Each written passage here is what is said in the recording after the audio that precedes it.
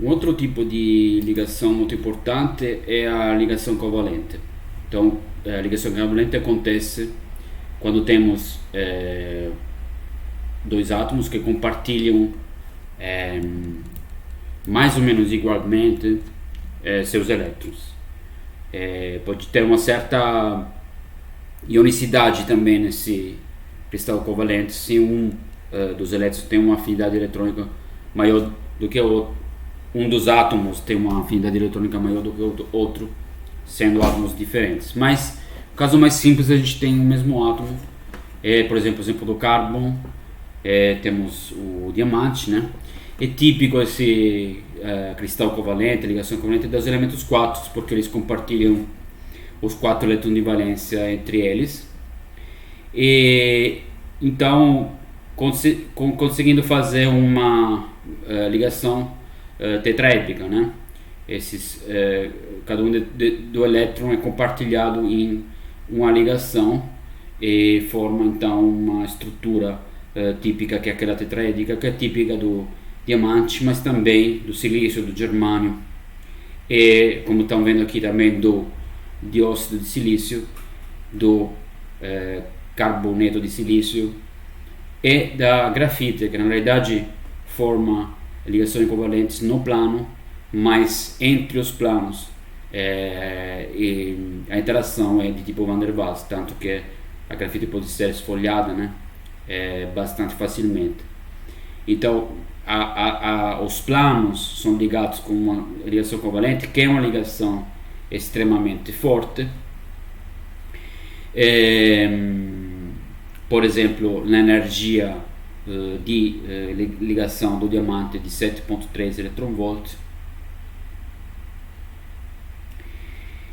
E os elétrons que são, digamos, essas ligações são fortemente localizadas e direcionadas, justamente por isso que formam essas estruturas tetraédricas bem ordenadas. Justamente esses elétrons compartilhados são localizados entre os dois átomos que formam a ligação.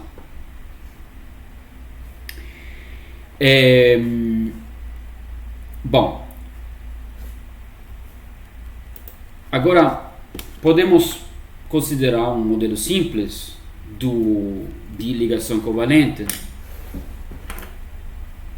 começando por o caso,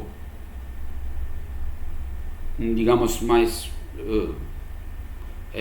simples, que é o átomo de hidrogênio. Dois átomos de hidrogênio que se aproximam e se unem para formar uma molécula. Então, esse átomo de hidrogênio pode ser associado a um modelo tipo de caixa, né? Cada átomo é uma caixa de potencial, né? Como a gente vê na mecânica quântica. O elétron pode ser associado a uma função de onda, que no estado fundamental tem essa forma aqui,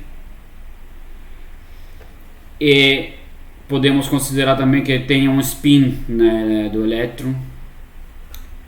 Essa caixa, que seria mais ou menos o tamanho do átomo, e da influência do átomo sobre o elétron, é de tamanho L nos dois casos. Então a gente pode calcular a energia através do nosso problema do potencial de barreiras infinitas, né? Simplificando, sem problema, com potencial infinito, que é dado pelo H cortado ao quadrado, cortado ao quadrado pi ao quadrado sobre 2ml quadrado, onde L é o tamanho da caixa. Se os dois átomos se aproximam tanto a interagir, digamos, a formar nossa molécula, a gente tem essa situação. Agora a caixa é 2L, então a energia também vai se multiplicar, vai ser igual a H quadrado, H cortado ao quadrado, pi quadrado sobre, né, 2m e o 2L ao quadrado. Então a gente tem uma redução daqui para cá da energia, né, formando uma ligação diferente aqui, em que os dois átomos estão no mesmo estado, então o spin deles do estado da mesma energia, devo dizer, então o spin deles deve ser diferente, sendo o estado quântico necessariamente diferente, então com spin oposto.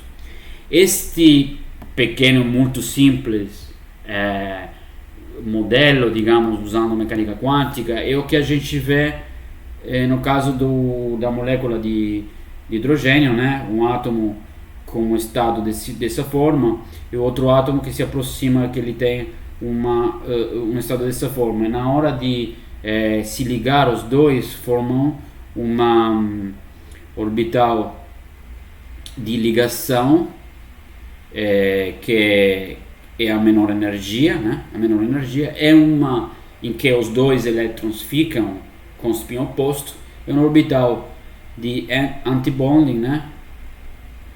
Antiligação e ligação, e a antiligação a maior energia, digamos, do estado excitado, normalmente vazio, a não ser que a gente excita a molécula.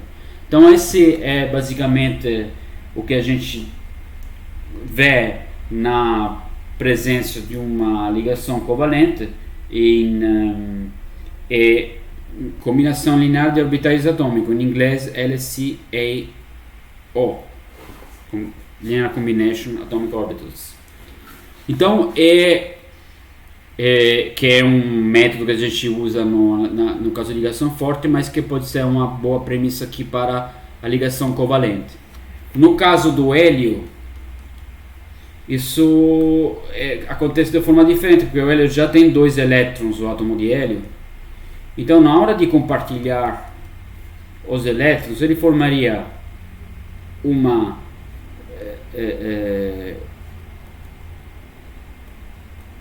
um orbital de bonding com 2 elétrons e um de antibonding com outros 2 elétrons. Então, a princípio, não teria um ganho de energia. É por isso que o hélio ele não forma a molécula de hélio nem a temperatura de 0 Kelvin, né? Então a energia total ela não é reduzida pela formação de uma molécula, né? Por isso que é muito difícil criar uma molécula de hélio, né? Formar uma molécula de hélio, a não ser que tenha particulares condições como plasma, bombardeamento com elétrons. Bom, para estudar essa ligação covalente, vamos considerar a primeira coisa um sistema bem simples, que seria a molécula de hidrogênio, o íon da molécula de hidrogênio.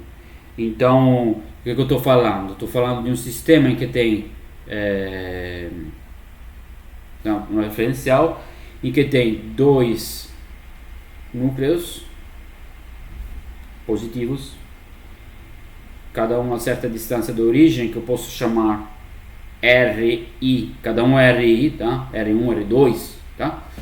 R grande I da origem, e um elétron que se encontra em uma certa posição que é R pequeno. E na aproximação de Born-Oppenheimer, eu falo que considero os núcleos como parados. Então eles não estão se mexendo, eles estão parados. Nesse caso, se eu quero achar a hamiltoniana desse problema, esse hamiltoniano vai ser dado pela energia cinética do meu elétron, que eu posso chamar Ku. O K em geral porque tem somente um elétron, né?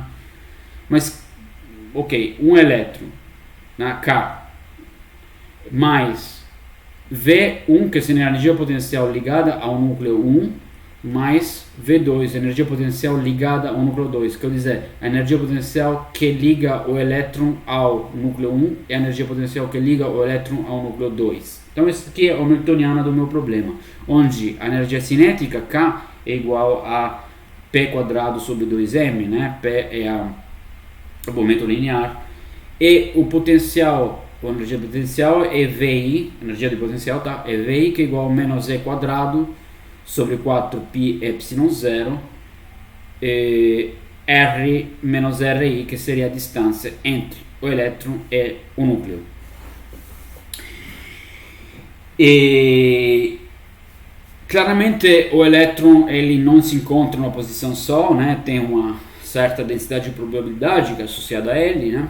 É uma partícula quântica, mas a gente pode pensar que a servir de autofunções para esse hamiltoniano possa ser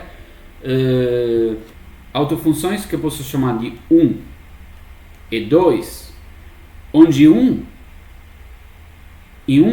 o elétron está mais perto do núcleo 1, e 2 o elétron estaria mais perto do 2, e fazer uma combinação linear entre os dois. Então a primeira tentativa do meu problema, que não é um problema simples, é que eu posso fazer somente aproximando, é uma combinação linear entre autoestados 1 e 2, onde esse φ seria uma constante, seria um coeficiente complexo, ok? Então uma combinação linear entre orbitais 1, que seria a orbital em que o elétron está em torno do núcleo 1, e 2, em que o elétron está em torno do núcleo 2. São orbitais de tight binding, e o método é o LCAO.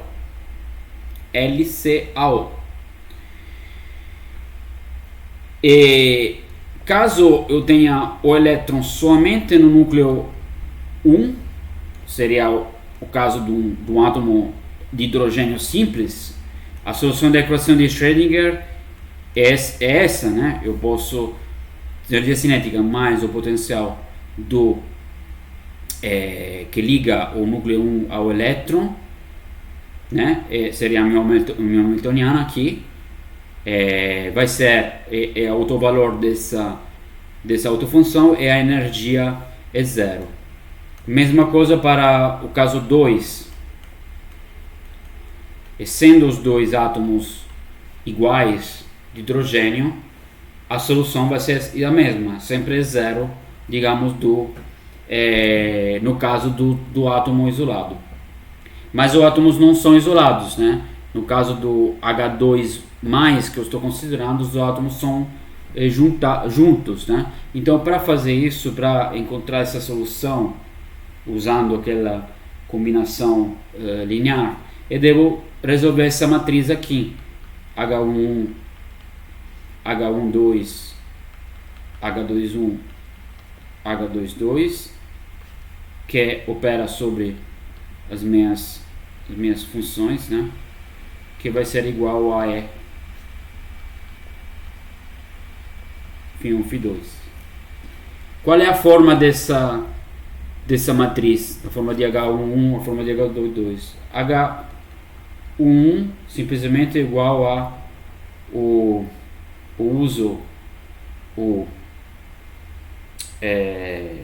os brackets, né? Bracket dessa forma, 1K mais V1, 1, tá? Mas eu vou ter também uma contribuição do 2, né? Porque o H, como eu já falei precedentemente, ele em geral, é igual a K mais V1 mais V2. Então não tenho somente uma contribuição de V1, que é fácil, porque isso daqui vai dar zero, como eu já falei, K mais V1, né? O H aplicado ao Bra1, energia o valor esperado para K mais V1 vai ser igual a zero, mas vai ter também o segundo termo, que é V2.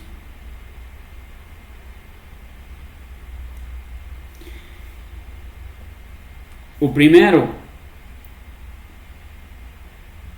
é simplesmente então igual a zero, o valor esperado para esse hamiltoniano ligado somente ao núcleo 1, simplesmente é zero, como já visto. Mas o segundo, que eu chamo de V-cross, ele é ligado ao potencial coulombiano do núcleo 2 sobre a nuvem eletrônica, que seria representada pelo eletrostado 1, a nuvem eletrônica que estaria em torno do núcleo 1, a nuvem eletrônica 1. Então é por isso que eu chamo de potencial de cruzamento, né, de V-cross. Agora, H22 funciona da mesma forma, só que com o valor 2.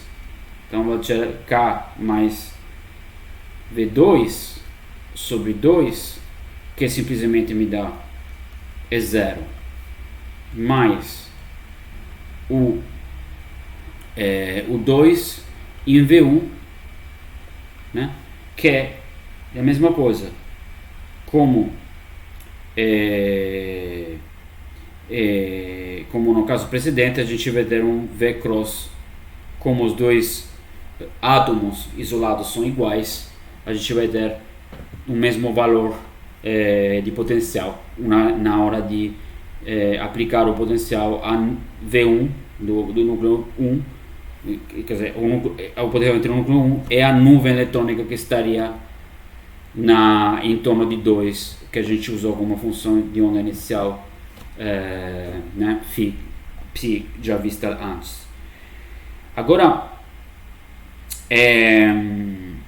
tem os termos, digamos, cruzados, né? O H12, que dessa vez vai ser a função 1, H a função 2. Então o Bra é 1, o Ket é 2 nesse caso, que vai ser dado por 1, de novo, vou separar em duas contribuições.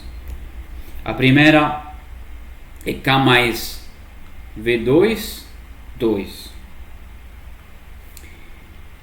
E a segunda vai ser 1, V1, 2. Agora, no primeiro caso, eu vejo aqui que essa aqui é um V2, desculpa, um KV2, K mais V2, e com seu autoestado 2, aplicado ao seu autoestado 2. Então isso aqui vai dar zero. K mais V2 aplicado a 2 vai dar o zero. Então a gente vai ter aqui zero vezes 1, 2, que é o produto escalar entre os dois autoestados, né? Menos, eu vou usar um menos aqui, tá? Eu vou considerar esse 1 V1 2, que seria o que? Seria um termo que a gente chama de hopping, que seria a interação do potencial 1 sobre que permite a ligação entre o autoestado 1 e o autoestado 2. Por exemplo, a energia potencial do núcleo 1 pode permitir a passagem do elétron de um estado de uma nuvem eletrônica mais próxima do núcleo 1 para a nuvem eletrônica mais próxima ao núcleo 2, através desse potencial. É por isso que se chama de hopping, de saltamento entre a nuvem eletrônica 1 e a nuvem eletrônica 2. Então, este é o valor que a gente chama de T, definido como T igual a menos 1 V2 2, tá? Um potencial que liga, digamos, as duas nuvens eletrônicas 1 e 2, ou potencial 2, ou também o potencial 1 que liga digamos, o T igual a menos 1 V2 2, mas também igual a menos 1 V1 2. Da mesma forma, seria dessa vez o potencial do núcleo 1 que ligando a nuvem eletrônica em torno do núcleo 1, a nuvem eletrônica do núcleo 2, permite essa passagem do elétron de um para outro. Então esse aqui é por isso que chama de termo de de hopping, né? De saltamento. E usando essas definições, eu posso então resolver aquela matriz hamiltoniana dessa forma. Os termos H11 e H22 vão ser igual a E0 mais V cross. E o termo cruzado é igual a menos T, e este daqui complexo conjugado de T, menos complexo conjugado de T. Aplicado a essas funções, vai dar a energia Φ1 e Φ2. Agora,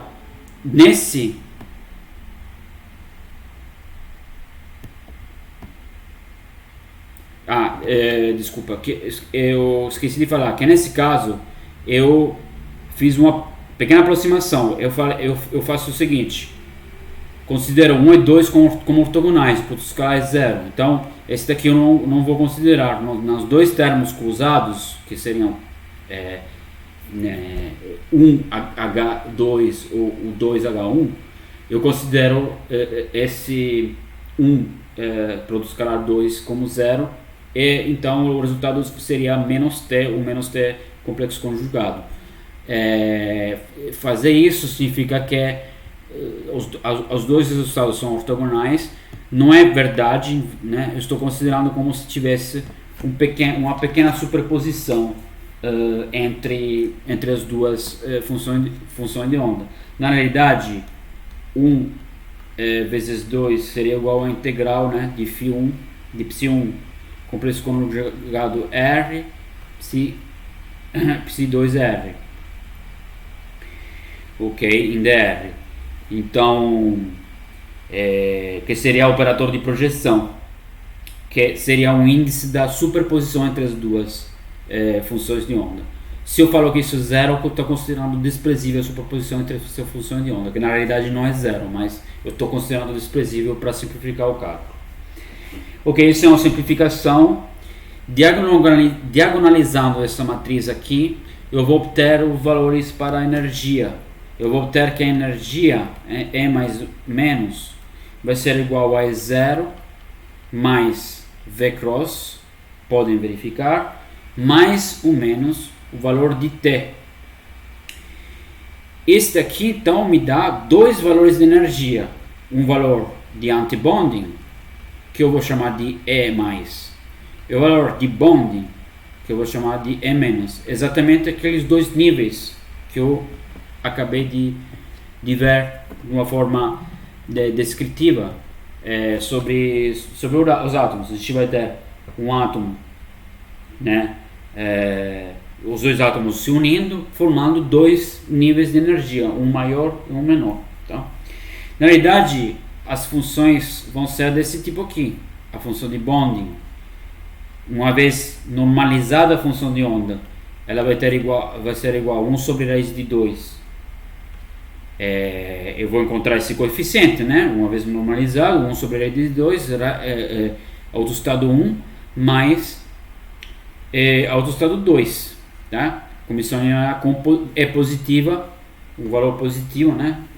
No caso de bonding, no caso de antibonding, a gente vai ter 1 sobre raiz de 2, 1 menos o autoestado 2. Então, se eu quiser graficar essas duas, eu vou ter uma função desse tipo aqui. No caso do bonding, na função de R, eu vou ter uma função desse tipo aqui, né? Imaginamos que aqui tem um núcleo, aqui eu tenho outro núcleo, né? Tem uma superposição, tem uma maior probabilidade que o elétron seja em um dos dois núcleos, mas tem uma probabilidade entre os dois também, né? Na função de probabilidade, o quadrado dela vai ter uma densidade aqui também que não é desprezível, tá bom? E no caso do antibonding, em vez, a função de onda vai ser desse tipo aqui.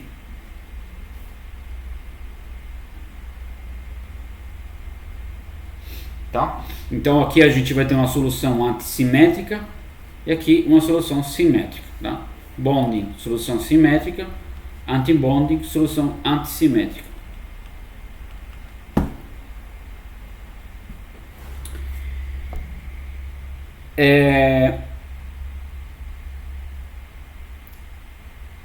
Na realidade, precisamos também, para melhorar o problema, considerar a repulsão entre os núcleos, mas em primeiras aproximação, essa contribuição vai basicamente cancelar o valor de V-cross. Então, ao final, a gente pode dizer que, considerando também a repulsão entre os núcleos, a energia nesse particular problema, né, de hidrogênio, de íon de hidrogênio, vai ser igual a E0, que lembro é a energia do hidrogênio sozinho, né, mais ou menos esse valor de T, que lembro que ele é igual a menos 1V ou 1 ou 2, tá? Pode ser 1 ou 2, que seria esse termo de Oppen, um termo realmente quântico, né? Que permite que a interação de uma nuvem eletrônica em 1 ou em 2, né? Que interagem. A gente vê aqui que quanto maior tanto maior é o hopping, tanto maior é esse valor T, tanto maior vai ser a distância energética, né, entre antibonding e bonding, porque mais ou menos T, ok? Então esse daqui vai ser basicamente igual a 2T, a distância entre antibonding e bonding. Então, tanto maior vai ser esse valor T, tanto maior vai ser essa distância.